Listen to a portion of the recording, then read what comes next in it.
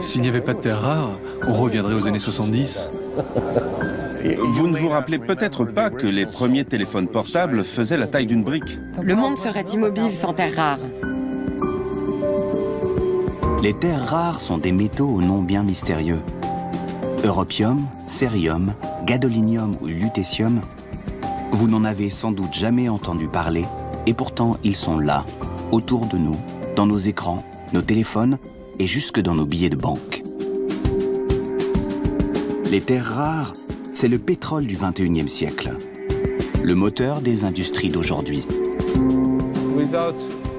Sans terres rares, l'industrie japonaise serait totalement détruite. Vous savez, ici, en Chine, nous possédons les plus grandes réserves. La Chine est actuellement le seul pays producteur de ces métaux. Le reste du monde s'est engagé dans une lutte sans merci contre ce monopole. La guerre des terres rares, c'est l'histoire d'un conflit économique aux conséquences dévastatrices pour les hommes et l'environnement. Une sale guerre. Le 7 septembre 2010, en mer de Chine, un incident banal révèle au monde entier les tensions liées aux terres rares. Ce jour-là, un chalutier chinois pénètre dans les eaux territoriales japonaises. Les gardes-côtes japonais ordonnent aux bateaux de pêche de s'immobiliser. Le capitaine du chalutier refuse, plutôt violemment. L'équipage chinois est interpellé. Une véritable humiliation pour Pékin qui décide de frapper le Japon en son point le plus faible. Le 22 septembre 2010, les exportations de terres rares vers le Japon sont suspendues. Sans ces minerais, l'ensemble des industries high-tech japonaises, le quart de l'économie nationale est menacé. Le banal incident maritime se transforme en catastrophe pour le pays du soleil levant. L'embargo imposé par Pékin touche le cœur de la troisième puissance mondiale. La guerre des terres rares est ouverte. Lorsqu'on regarde sur le long terme, on observe que la Chine a toujours mis en œuvre une stratégie consistant à utiliser ses ressources naturelles comme moyen de pression politique. Tous les fabricants japonais ont commencé à manquer de stock. L'industrie était dans un état de panique. Pendant des années, la Chine a inondé le monde entier de terres rares à prix cassé. L'Europe, mais aussi l'Asie et l'Afrique s'équipaient de mobiles bon marché. Et personne ne se souciait alors d'une pénurie possible. C'était la mondialisation heureuse en quelque sorte. En septembre 2010, l'embargo chinois est un électrochoc. Au Sénat américain, le réveil est brutal. La semaine dernière, la Chine a suspendu ses livraisons de terres rares à destination du Japon. Il s'agit d'un avertissement fort. Le bon sens nous apprend que, vu notre dépendance aux terres rares, nous n'avons plus une minute à perdre. Ma conclusion est que la Chine a pris le contrôle du marché des terres rares. Et nous, les États-Unis, sommes en train d'être dépassés. C'est pourquoi nous devons agir maintenant. C'est pourquoi nous allons faire une étude de faisabilité. C'est une crise, nous devons réagir immédiatement. Mais que font les bureaucrates ? Ils écrivent des rapports. Donc, en ce moment, nous sommes inondés de rapports gouvernementaux. Les terres rares ici, les terres rares là. Mais si vous me demandez pourquoi n'y a-t-il pas de stratégie sur les terres rares depuis 25 ans, eh bien, les États-Unis n'ont pas de stratégie à long terme et les terres rares ne font pas exception. La prise de conscience est tardive. En réalité, la crise couvait depuis 25 ans déjà, alors que le leader mondial des terres rares n'était pas la Chine, mais les États-Unis. À l'est de la Californie, au début des années 80, le groupe minier Molycorp exploite la carrière de Mountain Pass. C'est alors la plus grande mine de terres rares de la planète. Mais les coûts de production sont élevés et les clients de Molycorp vont chercher des minerais moins chers en Chine. Mountain Pass ferme, victime des lois du marché. Toutes les mines sont désormais chinoises.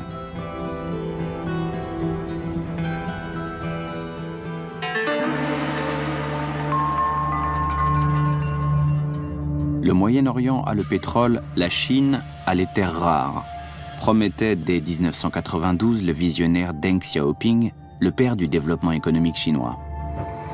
Avec l'arrêt de la production de minerais aux États-Unis, les Chinois ont gagné la bataille pour le contrôle des mines, mais pas encore la guerre des terres rares. Un deuxième front reste à conquérir. Pour pouvoir utiliser le minerai, il faut des technologies que l'industrie chinoise ne possède pas. La Chine, à l'avenir, ne sera pas seulement un fournisseur de minerais de terres rares, mais aussi un pays consommateur très prometteur de terres rares à l'échelle mondiale. C'est la raison pour laquelle notre nation encourage aujourd'hui les industriels des terres rares à investir davantage dans les produits technologiques. Notre but est d'utiliser nos minerais afin de produire nous-mêmes davantage de composants essentiels. Bien sûr, pour cela, il nous faut faire venir les technologies étrangères en Chine. La stratégie est annoncée. La bataille des usines peut commencer.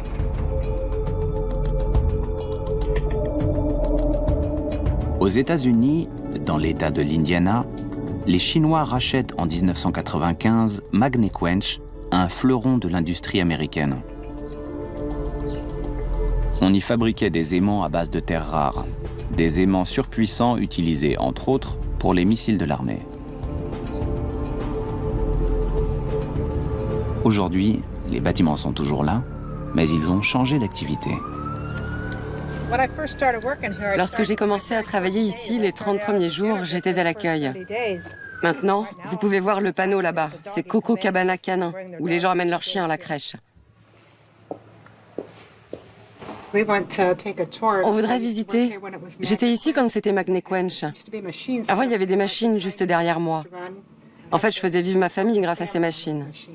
Ouais, je comprends. Donc j'aimerais voir à quoi ça ressemble maintenant. C'est là qu'on confectionne toutes les confiseries pour les chiens. En fait, je pense que toute cette zone ici, c'était des bureaux, jusqu'à la porte là-bas, où il y avait les machines. C'était les bureaux du grand PDG. Et cet endroit-là a été transformé en un genre de boutique pour chiens, où vous pouvez trouver des choses pour les chiens, genre des chemises, des jouets, des manteaux. Ça, par exemple, c'est une robe. Je crois que c'est du 100% coton. C'est ce que vous aimez mettre à votre chien. Et je crois bien que c'est fabriqué en Chine. Voilà une autre salle. C'est là que les chiens viennent et font la fête quand c'est leur anniversaire. C'est à ça que ça sert. Ici, on avait des palettes d'aimants qui attendaient d'être expédiées. C'est là que notre matériel était installé.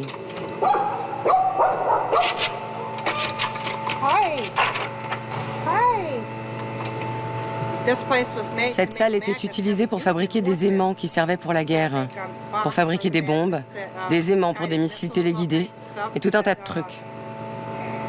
Et ils ont tout vendu. C'est parti, c'est pour les chiens.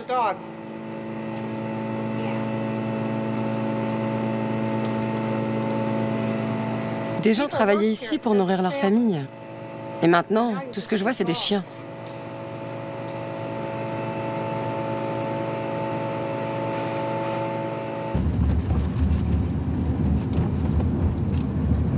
Le shampoing et la tondeuse pour chiens en lieu et place des super aimants de haute technologie. Ici, la guerre des terres rares a fait des victimes. Randy! Hello, it's Terry Luna. How you doing, Randy? Thanks. Mon Dieu, ça fait longtemps. Oui, ça fait 9 ans. How you been? Tu m'as manqué. Comment ça va depuis? Jeez.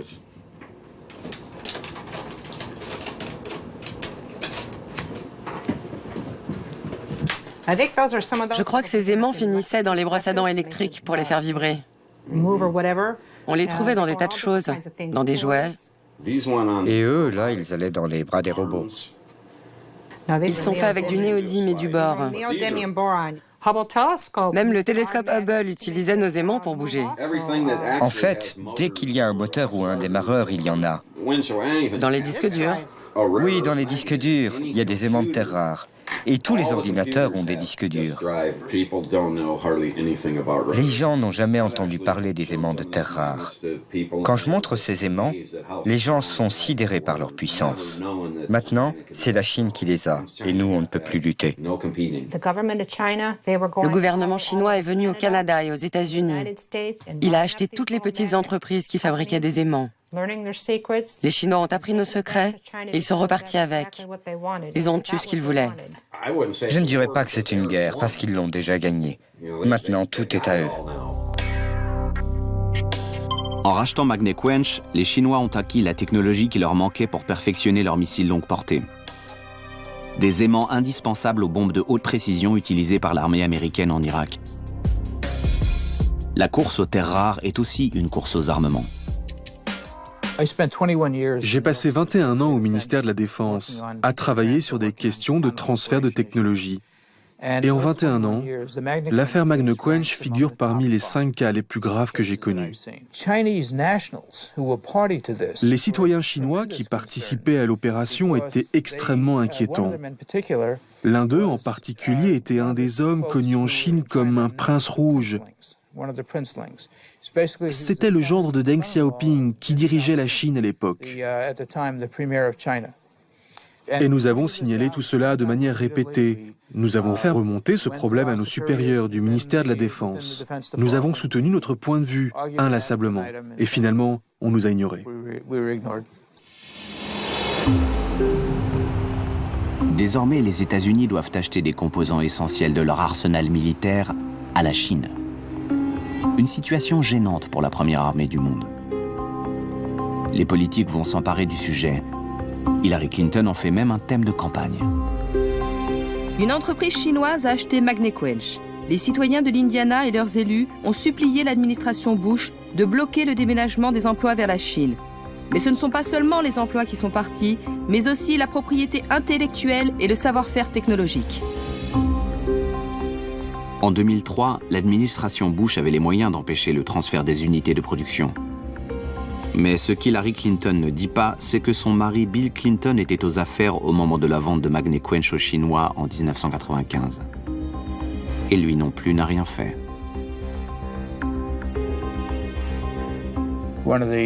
L'une des plus grandes déceptions que j'ai eues avec l'administration Bush est que sur la question du contrôle des exportations, ils n'ont pas fait mieux que l'administration Clinton. À une grosse différence près, ils n'étaient pas financés par les Chinois. Johnny Chung, qui était sous Clinton un des principaux collecteurs de fonds chinois pour le Parti démocrate, est venu 58 fois à la Maison-Blanche en 2 ans. Johnny Chung a participé aux transferts illégaux de millions de dollars depuis les comptes du Parti communiste chinois sur ceux du Parti démocrate américain. Dans cette affaire, 22 personnes ont été condamnées par la justice.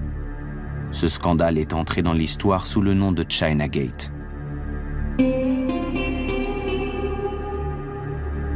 Tandis que les gouvernements célèbrent la liberté des marchés, l'administration publie des rapports sur la fuite des technologies. Et sur place, les ouvriers en subissent les conséquences. À quelques kilomètres de l'ancienne usine de Magnequench, les habitants de Gary fuient leur ville.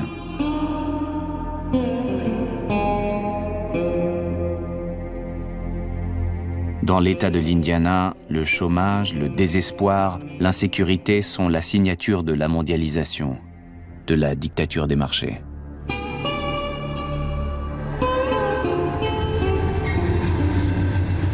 La fin de Magnequench, c'est aussi la disparition de l'industrie américaine. L'histoire de Magnequench s'inscrit dans un cadre plus large, celui de la mondialisation des échanges. Elle représente ce qui est arrivé à des milliers de gens à travers les États industriels du Middle West, à mesure que la mondialisation a produit ses effets et provoqué des dégâts.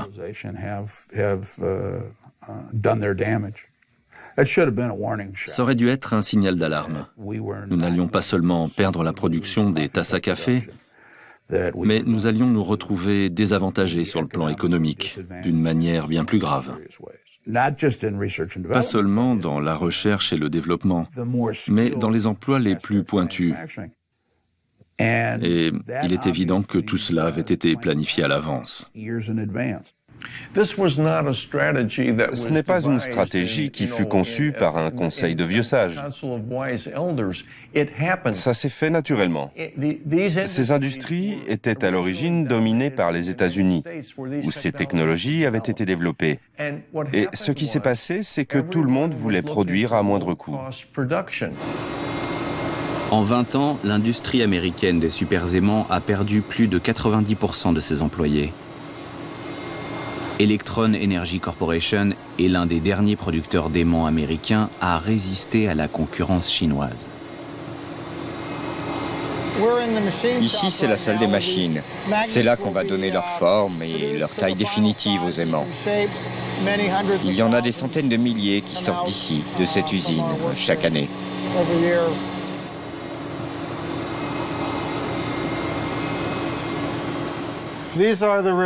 Voici les terres rares. Ça, c'est du samarium. Ces métaux viennent tous de Chine. Les prix de ces terres rares ont été multipliés par plus de 8 en un an. Vu les incertitudes des approvisionnements, nous avons tout fait pour acheter le maximum de stock possible. Ça a été un très gros challenge ces 12 derniers mois, surtout depuis que les exportations chinoises ont été si fortement réduites. Des hausses de prix comme on n'en avait jamais vu. Une source de minerais qui s'assèche. La politique chinoise des quotas est ressentie par les Occidentaux comme une déclaration de guerre. La Chine organise artificiellement une pénurie et des quotas d'exportation, ce qui augmente les prix à l'international alors qu'elle les maintient à bas prix en Chine. Les industriels dans les États de l'Ohio et du Delaware ne peuvent tout simplement pas rester compétitifs. Comment pouvons-nous être compétitifs lorsqu'ils trichent de manière aussi éhontée ? C'est sur le front de la sacro-sainte liberté de la concurrence que la bataille s'engage. À Washington, une plainte de 5800 pages a été rédigée. Destinataire, la WTO, l'Organisation mondiale du commerce. Le problème avec la politique de restriction des exportations chinoises, c'est qu'elle désavantage le reste de la planète. Les Chinois pratiquent des discriminations pour ce qui s'avère être des ambitions commerciales. Et dans le cas des terres rares, il apparaît que la Chine viole clairement ses obligations. Pour maintenir sa croissance, l'économie chinoise a besoin de marchés opulents, de technologies de plus en plus performantes. Bref, elle a besoin des Occidentaux. Un exemple, nos téléphones portables. Les 3/4 des mobiles fabriqués en Chine sont vendus à l'étranger. En septembre 2011, la Chine change de tactique. Un an après le coup de force de l'embargo, elle tente de calmer le jeu et organise une conférence internationale sur les terres rares. Les grands groupes industriels des 5 continents ont dépêché leurs émissaires. Baotou est la ville des hautes technologies et des terres rares. Chaque année, nous pouvons fournir 30 000 tonnes d'aimants, 10 000 tonnes de lantanite qui servent à stocker de l'hydrogène, 10 000 tonnes de matériaux de polissage, 300 tonnes de matériaux luminescents, 1000 tonnes de minerais catalyseurs. Les industries technologiques sont donc les bienvenues, car nous pouvons leur fournir pratiquement toutes les terres rares dont elles ont besoin.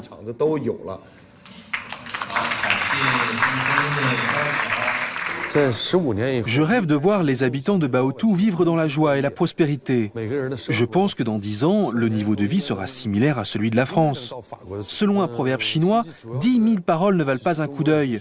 Nous voulons que les étrangers puissent voir Baotou de leurs propres yeux.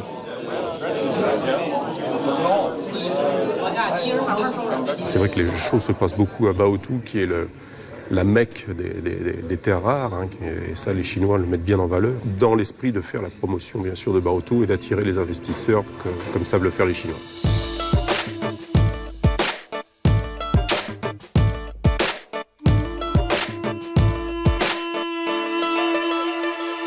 Bienvenue à Baotou. Cette petite Dubaï surgit en quelques années au milieu des steppes de Mongolie intérieure et devenue la vitrine de la Silicon Valley chinoise. Les 3/4 des 130 000 tonnes de terres rares produites chaque année par la Chine sont extraites des mines de la région. Baotou, visage de la Chine heureuse. Ici, les terres rares ont bouleversé le quotidien de ces 2,5 millions d'habitants. C'est une ville que j'ai quittée il y a 10 ans qui était noire, grise et sans lumière. C'était une société vivrière et maintenant on est passé à une société de consommation. On est passé de la mine aux produits purifiés et maintenant on est aux aimants, on est aux vélos électriques, aux véhicules électriques, et aux luminophores pour les écrans de télévision. Séduire les étrangers, c'est l'objectif des Chinois. Les investisseurs étrangers, pas les journalistes. Jean-Yves Dumousseau emporte sa caméra. Au menu, tradition mongole, avec moutons rôtis et danse folklorique. Et modernité chinoise, avec, pour la première fois, une immersion dans les coulisses de l'industrie des terres rares. Une transparence impensable quelques mois plus tôt. Il fallait faire la promotion de la Chine, et une promotion positive, puisqu'on les voyait comme les méchants qui bloquaient l'accès aux minerais, donc qui allaient empêcher tous les missiles, qu'ils soient Exocet ou Patriot, de voler. Et là, les Chinois ont voulu montrer une ouverture d'esprit, à la fois dans les visites et dans les messages qu'ils ont passés, pour construire de nouveaux liens qui s'étaient un peu rompus dans les années précédentes, du fait du monopole et du poids des Chinois dans l'industrie des terres rares. Moralité, côté investisseur, pour être compétitif, il faut être à Baotou. La règle est simple. Côté chinois, les capitaux étrangers ont déjà créé des centaines de milliers d'emplois.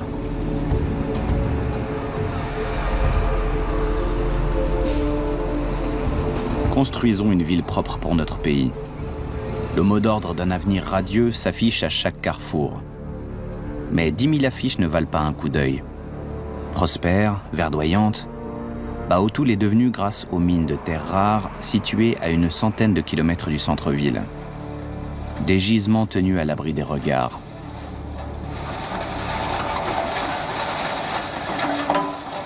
Dans les campagnes industrielles, ces ouvriers payés 9 € par jour incarnent une autre Chine. Une Chine sous-développée et miséreuse, avec des terres souillées par la course aux minerais magnétiques.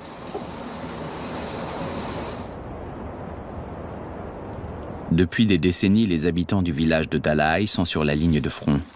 Ils respirent, boivent, mangent les rejets toxiques du géant minier Baogang. Il y a eu beaucoup de malades chez les vieux. Des cancers, des accidents vasculaires, de l'hypertension. Ça a touché presque tout le monde. C'est très grave ce qui se passe ici. On sait qu'on respire de l'air toxique avec toute cette pollution et qu'on n'en a plus pour bien longtemps à vivre. On a fait des tests et notre village de Dalai a été surnommé le village du cancer. Il y a un ruisseau qui sert à déverser les eaux usées. Dedans, il y a de l'aluminium, du fer et plein de produits toxiques qui viennent de l'usine.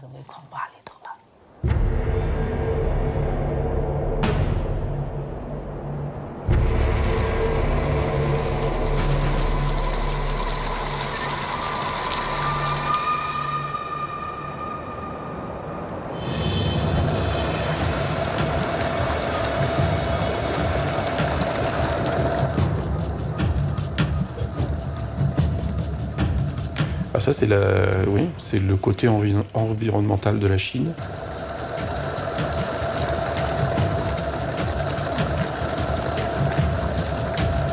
Ça ne faisait absolument pas partie du programme de visite et c'est vraiment la face noire, je peux dire, de la Chine. Et c'est des choses qu'ils n'ont pas prises en compte, absolument pas, dans les 50 dernières années. Moi qui suis chinoise, je dois vous le dire. C'est une réalité. Le peuple chinois a sacrifié son environnement pour nourrir la planète entière avec des terres rares. Voilà la vérité. Ce que je veux dire, c'est que le prix à payer pour développer notre industrie a été trop élevé. Cela s'est fait au prix de la destruction de notre environnement. On savait très bien en Europe et aux États-Unis quel était le coût d'accès pour avoir des terres rares à peu près propres, sans polluer et sans mettre en danger les générations futures, mais on a fermé les yeux sur ce qui se passait en Chine.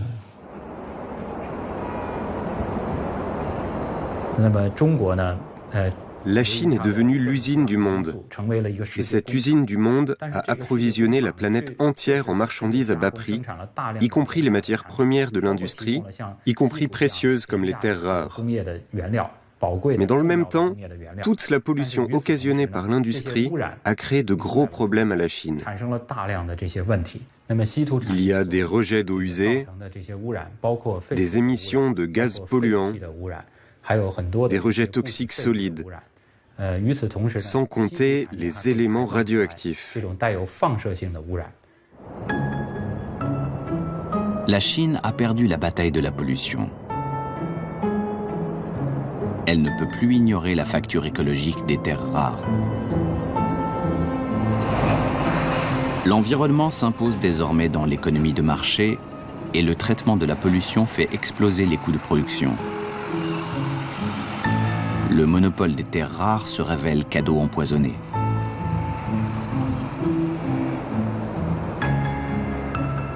En abandonnant les terres rares aux Chinois, les Américains l'avaient déjà compris.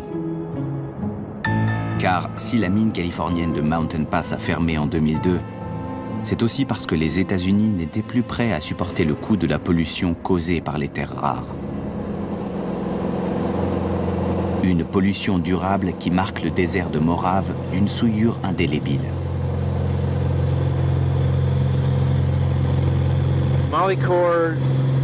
Molycorp a suspendu l'exploitation de la mine à la fin des années 90. Mais ils sont responsables et doivent nettoyer la pollution passée. Là, nous voyons la mine. Elle fait 100 mètres de profondeur et 215 mètres de large. S'il y a de l'eau, c'est parce qu'ils ont creusé en dessous de la nappe phréatique.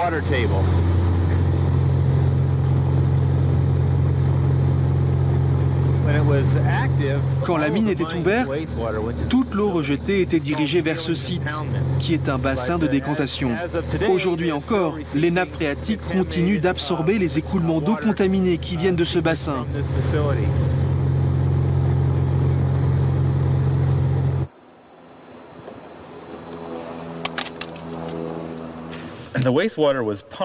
L'eau polluée était pompée ou évacuée à l'extérieur de la mine, qui était située en hauteur, vers le grand bassin de décantation au milieu du désert. Et ce que cette carte montre, tous ces chiffres le long du tuyau, ce sont des endroits où ce tuyau s'est percé et où il y a eu des fuites. C'est de l'eau qui a été utilisée dans le traitement du minerai. Elle contient souvent des niveaux élevés de produits toxiques. Le plus souvent, on peut y trouver des métaux comme du plomb, mais aussi des métaux radioactifs comme du radium, du thorium et de l'uranium. La plus importante fuite a eu lieu en 1992, une fuite d'1,5 million de litres. Donc en tout, ce sont près de 4 millions de litres qui ont été répandus dans le désert.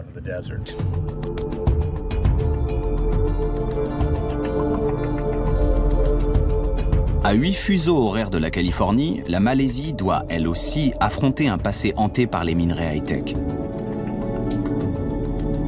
Pendant 15 ans, des terres rares ont été extraites et raffinées à Bukit Merah, au nord du pays.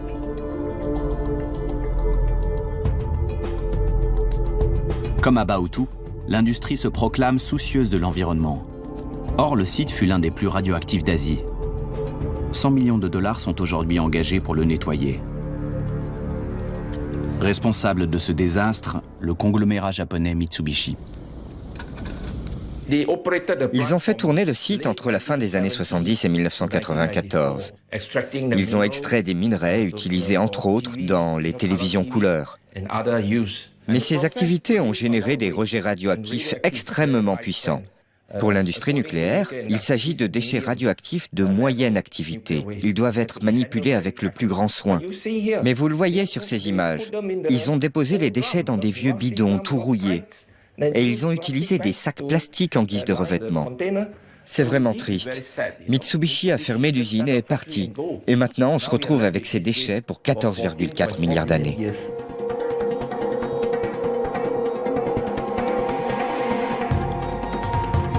Pendant 15 ans, les villageois ont vécu aux abords d'un site de stockage radioactif à ciel ouvert, inhalant jour et nuit les poussières toxiques dispersées par les vents.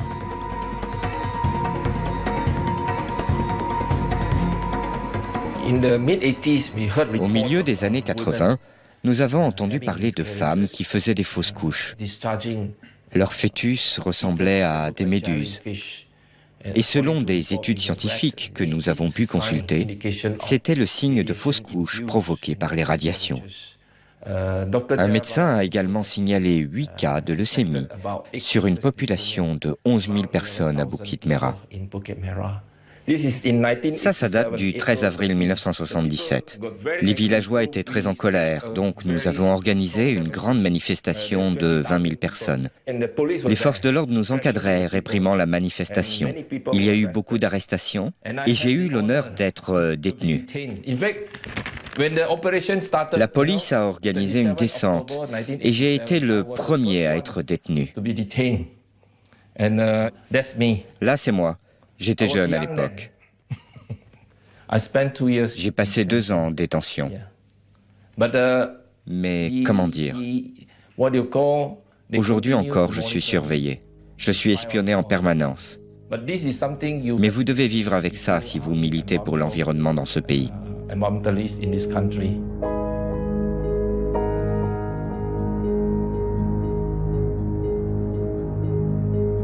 Paradoxe, les énergies vertes, panneaux solaires et éoliennes, utilisent de grandes quantités de ces métaux polluants. La Chine a annoncé que d'ici 2020, elle allait construire pour 300 gigawatts, 300 000 millions de watts d'électricité produite par des éoliennes. Ils disent qu'ils vont utiliser des aimants de néodyme fer-bore. Si c'est vraiment le cas, ils disent qu'ils vont avoir besoin de 59 000 tonnes de néodyme dans les 9 prochaines années. Cela représenterait 3 fois ce que la Chine produit actuellement chaque année, rien que pour ses éoliennes. Nous pouvons prévoir que dans les 5 prochaines années, la Chine ne pourra plus répondre à ses propres besoins de terres rares lourdes. C'est pourquoi nous devons maintenant essayer d'aller voir à l'extérieur de la Chine pour chercher des partenaires étrangers qui, avec nous, pourraient explorer les nombreuses régions qui possèdent des ressources abondantes de terres rares. Retournement de stratégie. La Chine, qui avait tant lutté pour conserver son monopole, n'en veut plus. Épuisement de la ressource et pollution l'oblige désormais à chercher à l'étranger la réponse à ses besoins croissants. La bataille du chronomètre est engagée, et pas seulement en Chine. Le monde se lance dans la quête de ces terres, finalement pas si rares que ça. En dehors de la Chine, il y a de nombreux gisements de terres rares. En Afrique du Sud, et aussi à Tour Lake au Canada. Il y a aussi la mine de Mount Welt, à l'ouest de l'Australie, qui contient également des terres rares. Une alliance inédite se forme entre la Chine et l'Occident. Objectif, trouver un pays producteur qui accepte d'être pollué pour fournir le monde en minerais. L'Australie rouvre sa mine de Mount Welt, mais refuse évidemment la pollution. Elle délocalise le raffinage des terres rares, la partie la plus sale du processus, en Malaisie. À Kuala Lumpur, le gouvernement malais a donné son accord. Les contrats sont signés. Le groupe australien Lynas a promis d'investir des milliards de dollars dans le pays. La police veille, la colère gronde.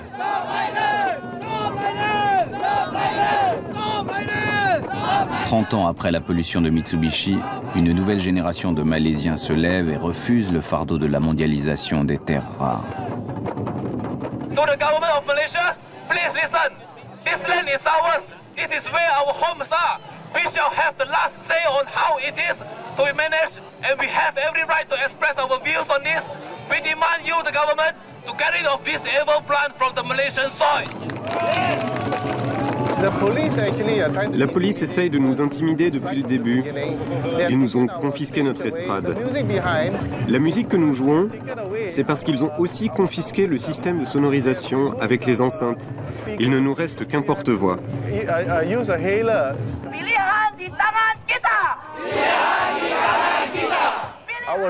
Nos lois ne nous protègent pas. Il n'y a pas de véritable législation environnementale en Malaisie. En filmant cette manifestation, vous ferez savoir au monde entier qu'il y a des injustices en Malaisie. Avec l'environnement, c'est aujourd'hui la société civile qui vient troubler la si discrète et si sale guerre des terres rares. Les industriels des minerais high-tech sont désormais sous surveillance. Même les Australiens remettent en cause le projet de l'INAS. À l'origine, l'usine de raffinage devait être installée à côté de la mine et tous les déchets devaient être enterrés sur place. Mais là, ce qui est curieux, c'est que nous envoyons ces déchets pour qu'ils soient raffinés dans un autre pays et que nous allons laisser nos déchets australiens traîner à la surface du globe, ailleurs que chez nous. Et je trouve que c'est une façon bizarre d'assumer ses responsabilités. À 250 km de Kuala Lumpur, dans la ville de Kuantan, l'INAS fait surgir de la jungle la plus grande raffinerie de terres rares du monde. Un quart des terres rares de la planète pourrait bientôt transiter par la Malaisie, mais chez l'INAS, personne ne veut parler de cet ambitieux projet. Les demandes d'interview sur le site de Kuantan sont clairement déclinées.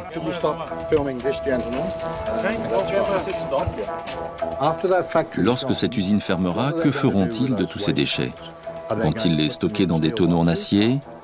Les barils seront-ils toujours étanches? Qui en sera responsable?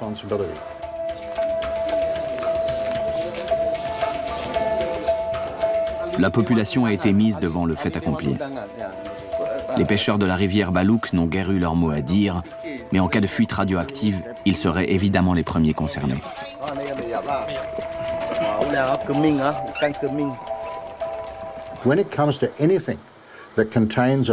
Quand il s'agit d'un sujet qui implique des matières radioactives, je n'y suis pas opposé par principe, mais elles devraient être remises en terre là où elles ont été extraites. Et peu importe que cela se produise en Argentine, en Afrique ou en Australie, on ne devrait pas promener nos déchets radioactifs aux quatre coins de la planète. Aux États-Unis, la réouverture de la mine de Mountain Pass est engagée. Le groupe minier Molycorp promet qu'il n'y aura aucun problème de radioactivité.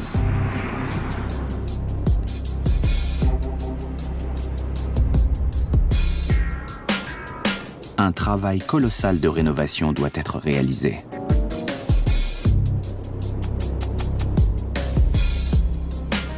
Il y a de nouvelles méthodes d'extraction et de raffinage, ce qui fait qu'une société, pour être compétitive, doit moderniser son usine et ses technologies pour correspondre aux standards d'aujourd'hui. En attendant, un rapport de la Cour des comptes précise que la radioactivité liée à l'extraction des terres rares est préoccupante, qu'il faudrait de 2 à 5 ans pour créer une usine pilote pour raffiner le minerai et 15 ans pour ressusciter les industries des terres rares. Les compétences pour aller du minerai à l'aimant nécessitent les compétences de 6 ou 7 industries. Et si je vous disais que j'ai une mine de fer et que je vais construire des voitures, vous allez me rire au nez. Mais si je vous dis j'ai une mine de terres rares et je vais faire des aimants, vous me dites ah bon, ok. On n'a jamais vu la même entreprise exploiter un gisement et faire des aimants. Un autre obstacle se dresse sur la route de la relance et celui-ci risque d'être fatal pour la compétitivité américaine.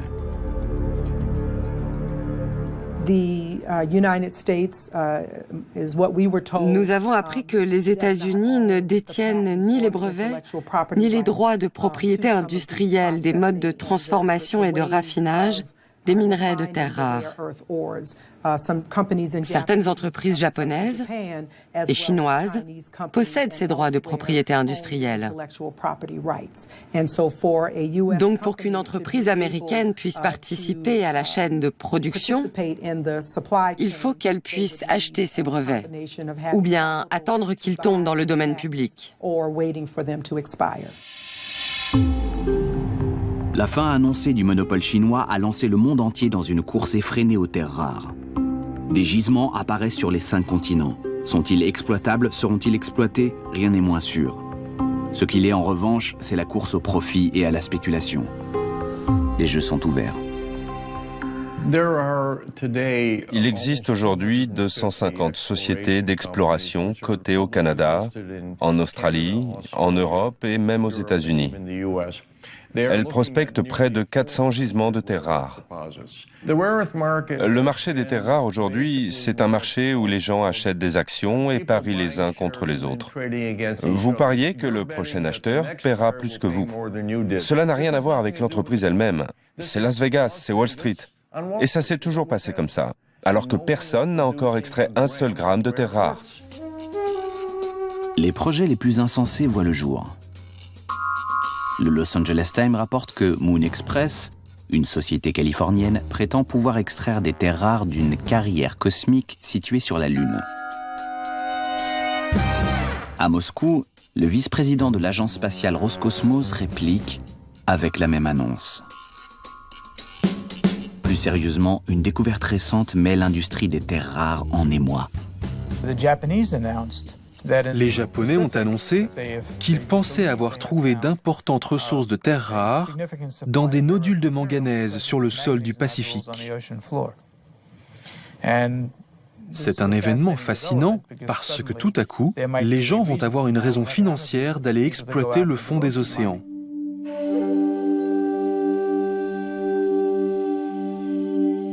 Pour le Japon, qui ne possède aucune mine de terres rares, l'exploration marine serait la solution pour contrer le monopole chinois.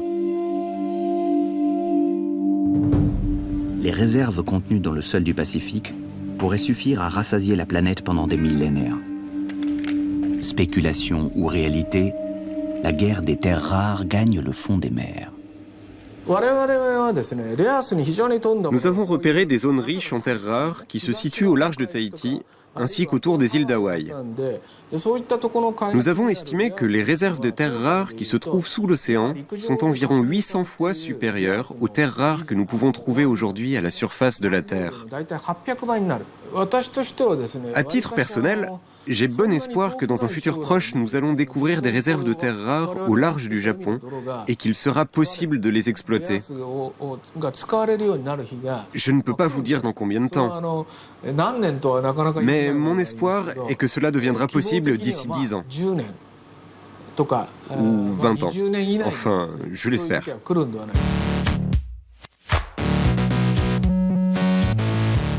1 à 2 décennies.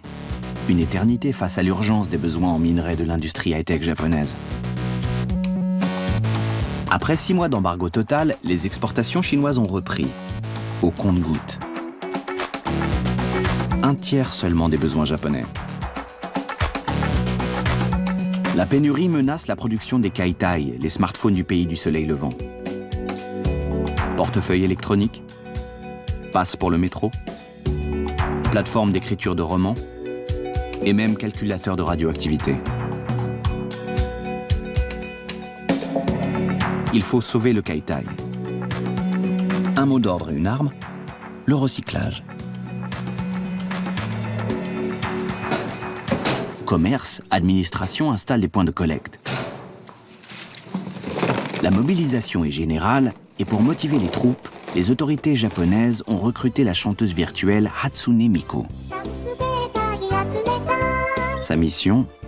Convaincre les Japonais qu'ils sont assis sur un trésor capable de sauver l'économie nationale.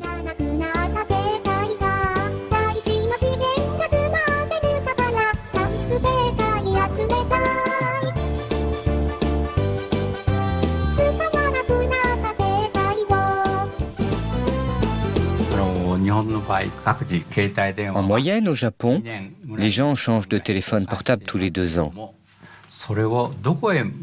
Mais la plupart ne savent pas où les jeter.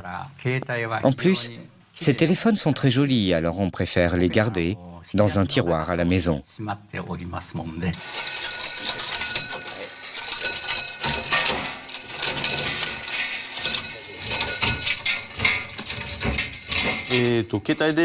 On dit qu'il y a environ 200 millions de téléphones portables qui ne servent plus. Et pourtant, ils ne sont pas recyclés. Lorsqu'on active le mode silencieux, il y a un moteur pour faire vibrer le portable. Au bout de ce vibreur, il y a un contrepoids en métal. C'est du tungstène avec un peu de terre rare. 1/10 de gramme de terre rare dans chaque téléphone. L'intention est louable, le geste patriotique, mais le recyclage des mobiles paraît bien dérisoire face aux besoins de l'industrie high-tech du Japon. Et pourtant, aux États-Unis aussi, par ces temps de disette en terre rare, on se met au recyclage et on s'attaque désormais à des appareils électroniques beaucoup plus gros. Le recyclage aujourd'hui a énormément progressé. Ce que vous voyez ici en est un parfait exemple. C'est un jour de recyclage et il y a plus de 800 voitures. C'est comme ça 4 fois par an dans 3 centres différents. Place au grand débarras. Un citoyen de Pennsylvanie produit chaque année entre 4 et 6 kilos de déchets électroniques. Pour les uns, ce sont de simples poubelles. Pour d'autres, un véritable jackpot.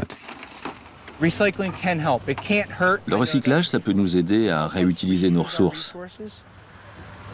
Tu vois, il n'y a pas à hésiter une seconde. Les gens jettent beaucoup de choses. Ils jettent des tas de choses incroyables. Des trésors. Ce ne sont des trésors que si vous pouvez les récupérer. Tout a une valeur. Le problème, c'est le prix de la récupération.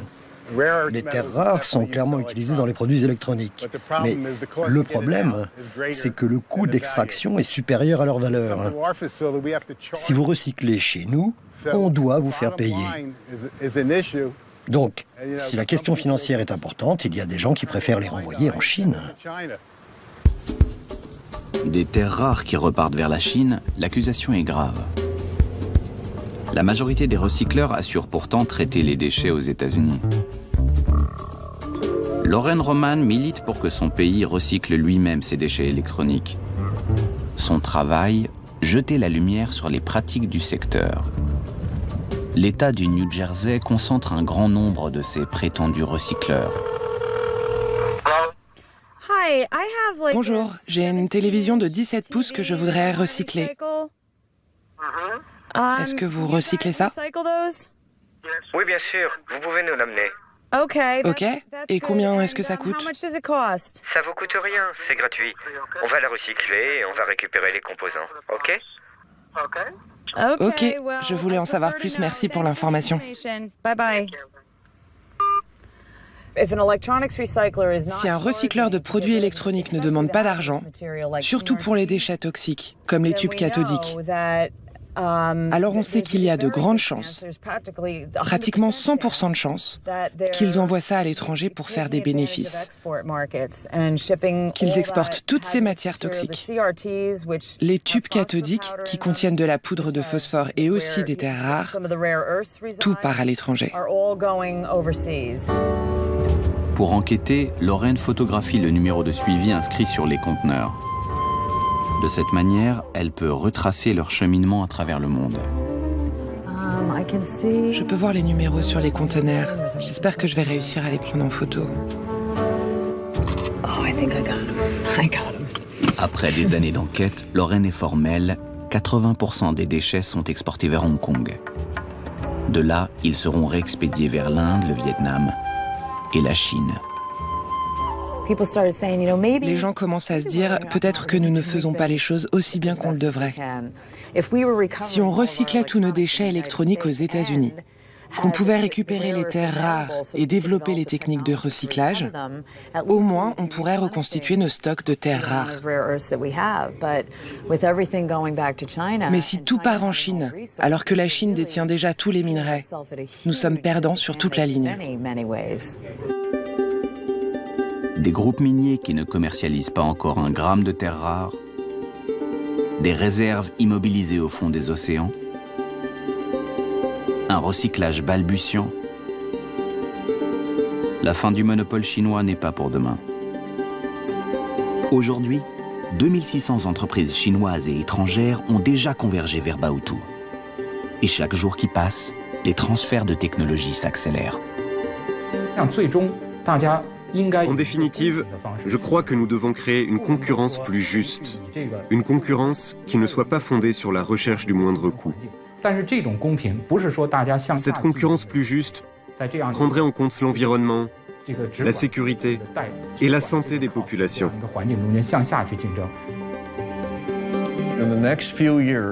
Dans les prochaines années, les gouvernements occidentaux vont être bombardés de questions sur les ressources. Les terres rares, le tungstène, l'antimoine, le lithium, et tout à coup, le cuivre.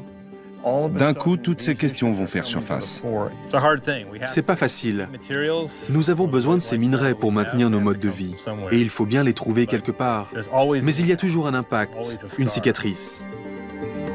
Les terres rares sont à notre époque ce que furent le pétrole au XXe siècle et le charbon au XIXe, le moteur d'une révolution industrielle.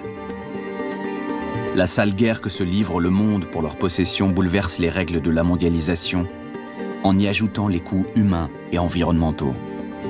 Du cérium dans les écrans, du néodyme dans les téléphones mobiles, une révolution technologique et peut-être une occasion de repenser le monde.